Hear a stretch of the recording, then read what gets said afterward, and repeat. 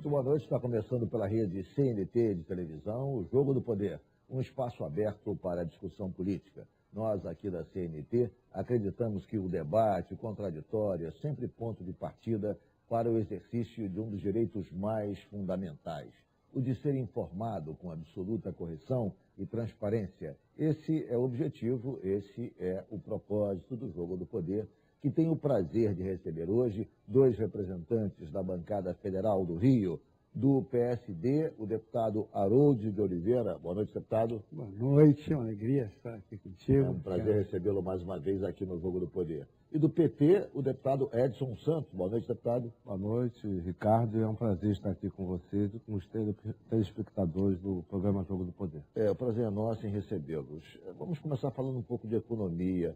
Na semana passada, o governo federal divulgou o resultado do crescimento do PIB no primeiro trimestre. Ficou muito aquém das expectativas, ficou em 0,6%. Tivemos um PIBinho. Isso gerou uma certa frustração em alguns, no ambiente econômico. Se esperava que o Brasil crescesse em 2014 pelo menos 3%. As expectativas agora são de um crescimento de 2 e alguma coisa, 2,5%, 2,4%. Enfim, 3 já ficou para 2014, é impossível em 2013. Deputado Harold de Oliveira, o senhor acredita que esse baixo crescimento do país vai ter impacto político, ou seja, vai dificultar a reeleição da presidente Dilma? Não, nesse momento, pragmaticamente, eu acho que não, porque a questão da economia, que é fundamental realmente, o desempenho da economia para a nação, para o povo, a sensibilidade do eleitor vai ocorrer quando isso estiver repercutindo lá no bolso. Quer dizer, a inflação chegar realmente à cesta básica, isso é uma questão, já está chegando, né? Isso é uma preocupação.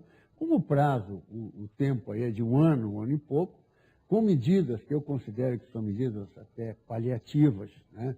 São medidas de muito curto prazo, o governo terá condições, ou poderá ter condições, de segurar. Agora, de qualquer modo, a solução da economia, ela não é uma solução paliativa, de curto prazo, não. A solução hoje da economia é de médio e longo prazo, ultrapassa a eleição. E essas medidas, naturalmente, podem ser prejudiciais à eleição, não serão tomadas. Mas depois da eleição, a presidente se reeleita, e ela reeleita vai enfrentar problemas muito dramáticos na economia, porque hoje nós estamos com as famílias endividadas, quer dizer, o consumo interno, que era um polo de manutenção do crescimento do PIB, está lá embaixo. Nós temos um custo Brasil elevadíssimo.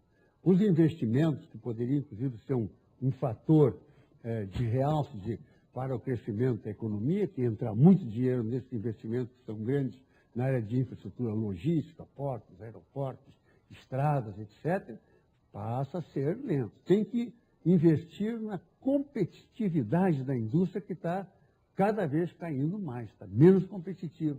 Então, todas as coisas, a economia hoje está estagnada. Esses 0,6% do primeiro trimestre são um pouco falsos, ocorreram porque a agricultura cresceu quase 10%.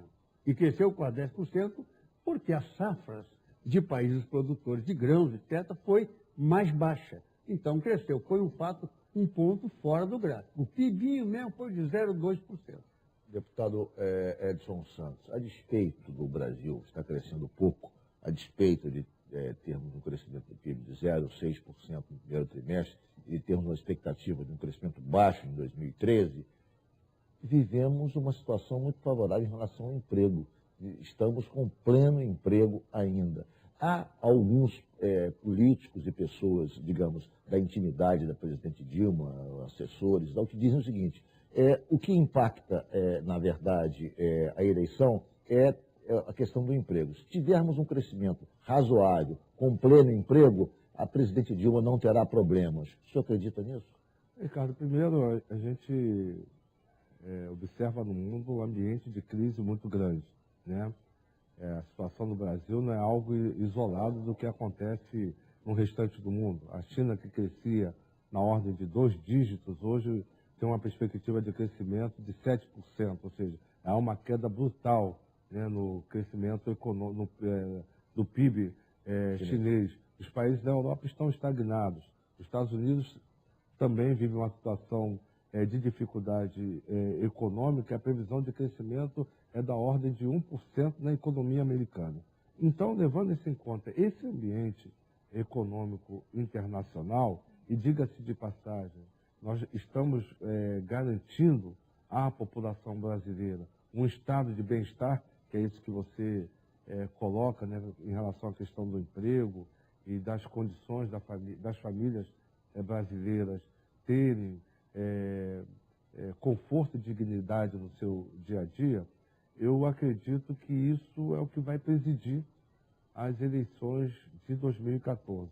E eu entendo que esse quadro há de se manter. Há sinais de crescimento da indústria no Brasil, ou seja, as medidas adotadas, né, pelo governo já vêm produzindo resultados na indústria brasileira. Em abril houve um crescimento de 1,7%. Que esperou, inclusive, as expectativas. Exatamente. Então, acho que Mas há uma preocupação e a oposição começa a explorar, inclusive o PSDB, no programa estrelado pelo senador Aécio Neves, tocou nesse assunto com bastante ênfase, que é a volta da inflação. Há uma preocupação e parece que já começou a ser detectado por pesquisas a preocupação de setores da sociedade em relação ao descontrole de alguns preços da cesta básica. Isso não é preocupante, deputado? Olha só, setores da mídia têm exacerbado na crítica, e inclusive, me parece, há uma certa torcida pelo retorno da inflação. Você há de convir que o fenômeno da inflação tem algo também do psicossocial.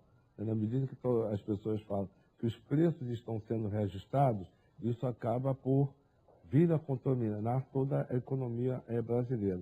Mas também há sinais nessa área da inflação, inclusive quando nós temos hoje superado o problema das chuvas que afetaram a nossa safra agrícola, né, voltadas para a produção de alimentos no Brasil, há sinais já de redução de preços nessa área. Então, eu acredito que o segundo semestre... O Banco Central está preocupado, tanto que tem aumentado os juros. Deputado Harold, a revista Economist fez uma crítica atribuindo, digamos, o insucesso da política econômica ao ministro Manteiga, isso já há uns 3 meses, pedindo a substituição dele. Agora fez uma ironia hoje, pedindo que ele continue, já que não parece que a presidente Dilma